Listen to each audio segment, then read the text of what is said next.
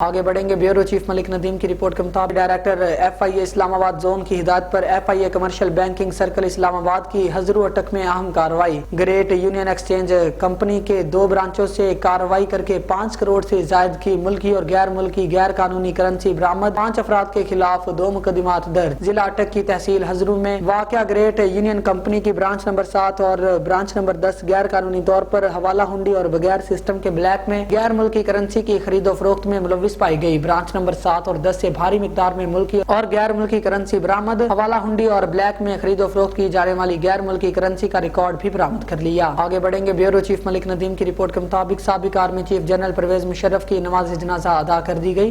نماز جنازہ polo ground Malir cantt Karachi میں ادا کی گئی۔ نماز جنازہ میں joint chief of staff committee general Sahir Shamshad, سابق army chief general retired Qamar Bajwa اور جنرل ریٹائرڈ اشفاق پرویز کیانی نے شرکت کی۔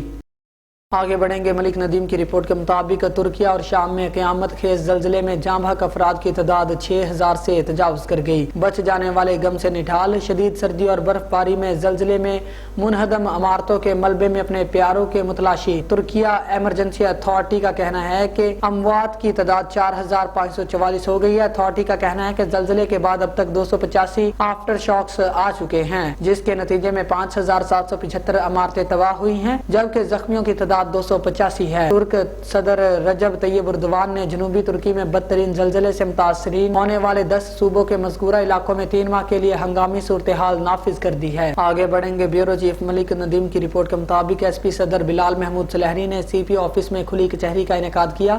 کھلی کچہری میں آنے والے شہریوں کی شکایات سن کر متعلقہ افسران کو احکامات جاری کیے اور مارک کردہ درخواستوں پر دیے گئے ٹائم فریم میں قانونی کارروائی کر کے رپورٹ کرنے کی ہدایت کر دی۔